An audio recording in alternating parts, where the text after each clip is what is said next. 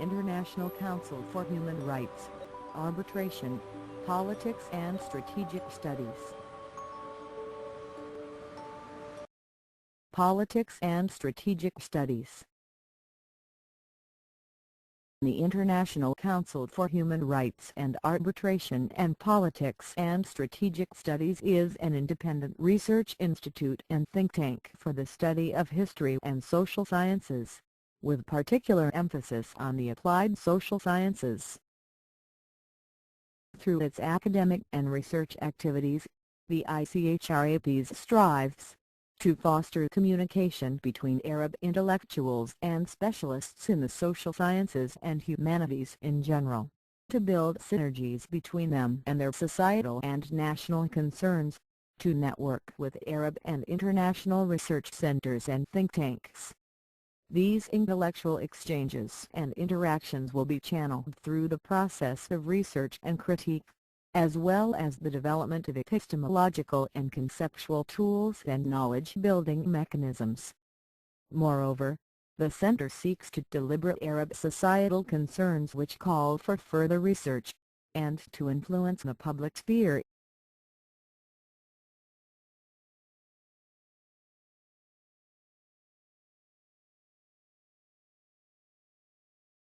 The ICHRAPS, while committed to advancing the Arab nations' causes, it does so by means of edification.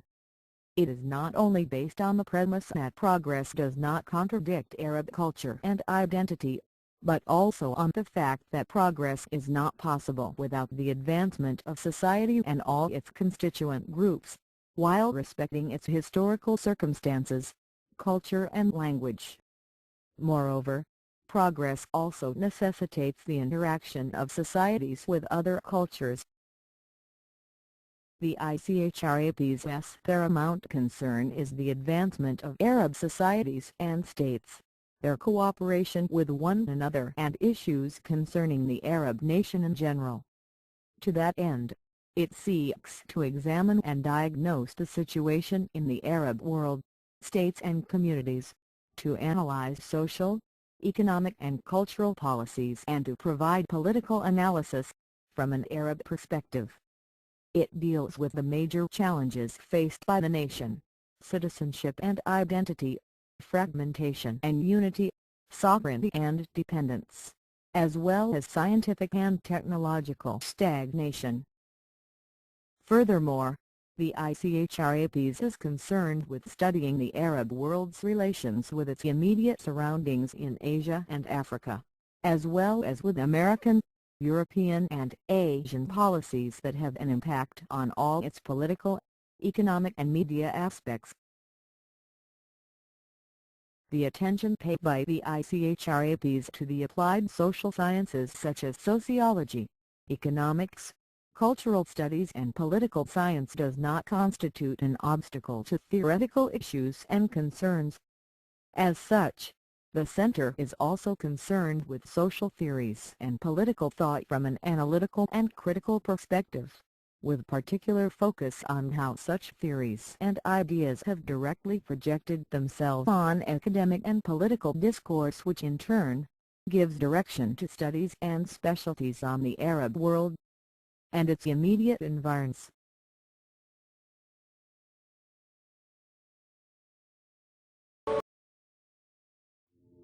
Bottom line, leaders orchestrate success.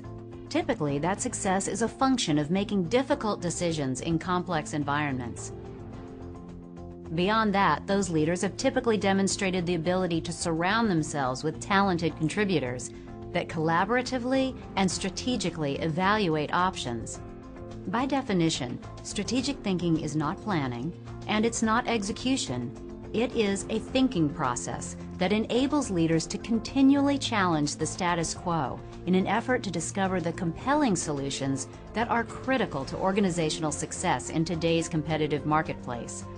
The Thinking Strategically program provides an in-depth overview of the fundamentals and impact of strategic thinking, where participants will explore a strategic thinking process model designed to enhance their ability to define business challenges and explore potential solutions.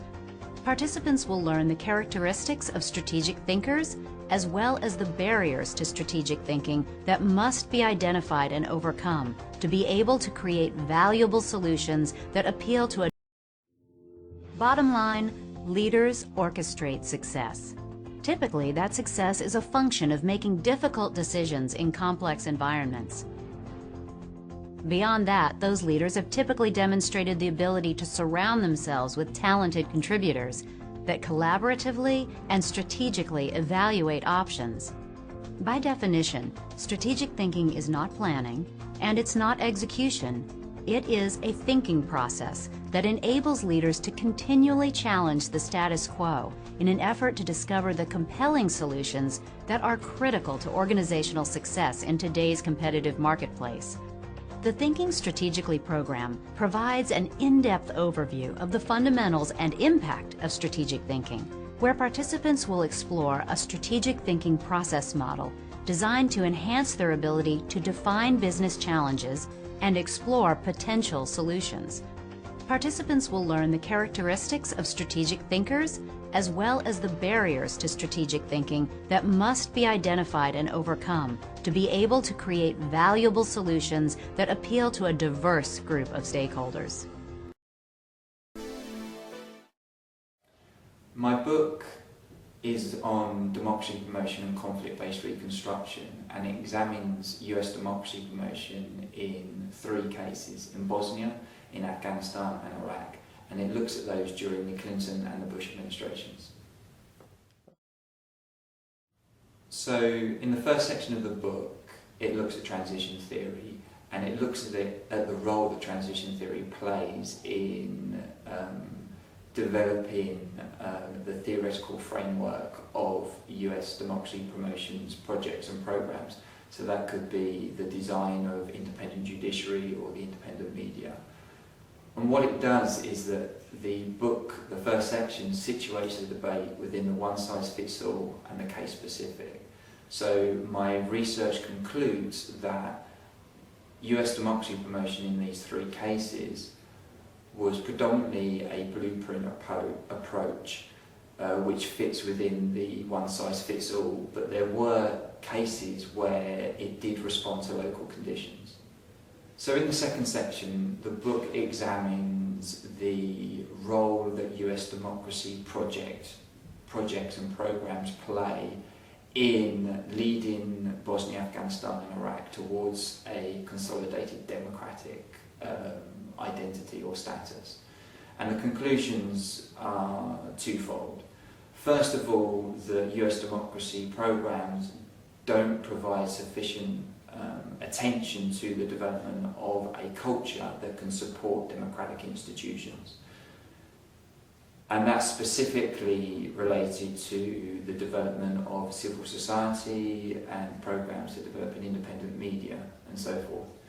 Now the second part actually suggests that the democratization programs that are implemented by the US are actually hampering the successful consolidation of the democracy. So kind of inversely and paradoxically, the democratization programs are hampering the process towards democratization. So in the third section, I look at the failure of the US to develop programs that develop a consolidated democracy in Bosnia, Afghanistan and Iraq, and I fit that within a national interests and values framework. And what I suggest is that there is a recognition within the US foreign policy community that the current programs that are being implemented aren't leading towards democratic consolidation. I mean, the evidence is there. You know, we can quite easily turn on TVs or go onto the internet and read information about how Bosnia has not consolidated its democracy, Afghanistan certainly hasn't, and neither has Iraq. Now, we know that information, but then why are programs and projects that the US have used not changed to reflect the need for the development of a supporting liberal culture? And so the question then within the national interest values framework, the question is, okay, so what national interests are there in the US promotion of democracy in Bosnia, in Afghanistan and Iraq? And are those national interests, and by national interests I mean economic and security interests, are those interests being sufficiently fulfilled by the process of democracy or democratization, as opposed to the consolidation of democracy, so that the end goal of having a established and consolidated democratic state? The suggestion is that the US is sufficient, that the US's economic and security interests are being sufficiently fulfilled.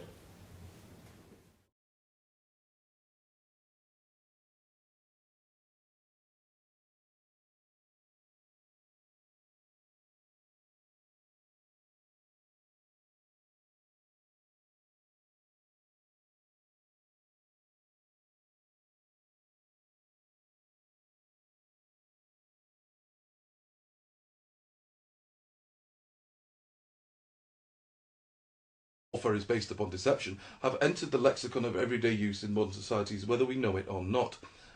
Lots of our students in strategic studies benefit enormously from their study of Sun Tzu, Machiavelli, Clausewitz and the like, these classical thinkers who are in real terms philosophers of war. They benefit in the manner in which they think, the ways in which they think about the world, and I think you'll find modern business techniques draw extensively upon this. So many of our strategic studies graduates, in addition to more applied careers, if you will, in the military, in think tanks, in ministries of defence and the like, go on to work in business, in economics, banking and high finance. Choice, fundamentally, in a word. There are any number of options available to students. They don't need to be constrained by their original degree choice of military history and the like. They can move outside and they can look at third world politics, they can look at more critical approaches, so-called, they can look at European politics, and then they can come back in the final year and focus on military history in their dissertation and apply a wide range of skills from the courses in which they've taken in the previous 2.5 years. The modules available in first year, most students will do an introductory course called War Strategy Intelligence, because while many students have studied politics and history and geography and the like at A-level, very few of them will have studied strategic studies, military history and especially intelligence. And what we do in that course, we have 3 or 4 lectures which give a very wide-ranging but in-depth overview of intelligence studies, such as it is constituted in the early part of the 21st century, strategic studies, strategic thought, Clausewitzian thought, and such concepts as nuclear deterrence and proliferation and the like, which are so common in today's world. In part 2, we move on to more specialist courses, but nonetheless some of us still cover a very broad range of material and a very broad chronological time span. We're looking at courses like Warfare Since Waterloo, run by Professor Martin Alexander, who also runs a course on the Vietnam War in history, and we also have courses on special forces in the War on Terror, run by Dr. Alistair Finlan, and for myself, I run courses such as Britain and Ireland in War and Peace since 1800, which encompasses political, military, biographical and social history, and a military history of the Second World War in Europe, 1939 to 1945. The entry requirements for study in this department in the realms of military history, strategic studies, intelligence and the like are 300 EQUIS points. Ordinarily, one of those would be expected to be at least a B grade. We stress the nature of so-called transferable skills in social science and stroke humanities degrees. Students will be able to assess, compute, analyse and present large bodies of evidence, and in this they will pick up a number of transferable skills in the realm of IT, in the realms of note-taking, in the realms of presentation, in the realms of using and presenting evidence and the like. Our graduates go in for a number of careers. It's very broad-based indeed. Obviously many of them go and serve in the military, in the Royal Navy, the Royal Air Force and the Army, or in militaries around Europe or around the world, because we have a very global and very cosmopolitan student body. A number of them going to work for government in the civil service, most obviously in the Ministry of Defence and the Foreign and Commonwealth Office, but other departments such as the Ministry of Agriculture, Fisheries and the Ministry of Trade are also very popular with our graduates. Journalism is open to our students who have a high standard of numeracy and literacy by the time they graduate, the ability to assess information quickly, the ability to present things in a manageable form. The transferable skills we give our students open up a vast number of career options. Obviously, for those who wish to do more vocational courses afterwards, we have a number of our students who become lawyers, who become accountants, and move on to all kinds of positions within the management and IT industry. Our students like the sense of community we engender here because we have a large number of visiting speakers, and these range from a former Spitfire pilot we had a few years ago, to the commander of British forces on land in Iraq, to the chief correspondent for Reuters news agency. We foster this sense of community deliberately. The students are included in this, and it's a very inclusive department, and we like our students to participate as fully as possible in the research culture. When we have talks, we turn them into social events. We like people to mix, and we want people here to enjoy their studies as well as to benefit from them in financial academic terms.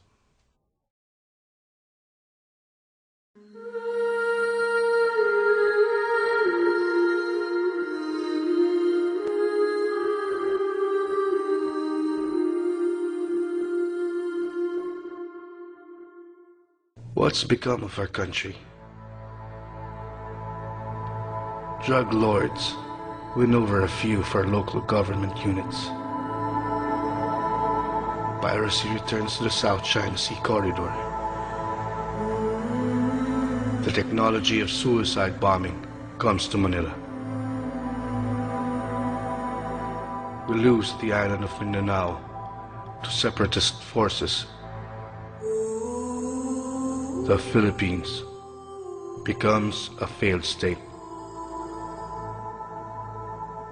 What if we are better governed? The citizenry takes action. Military services become more accountable. The insurgency ends. Respectful coexistence blooms in Mindanao, and a long and lasting peace ensues. Full development takes place at a rapid pace, with benefits of growth shared by all. What if we can start anew? Today, here, with you and those in this room, let's secure the future.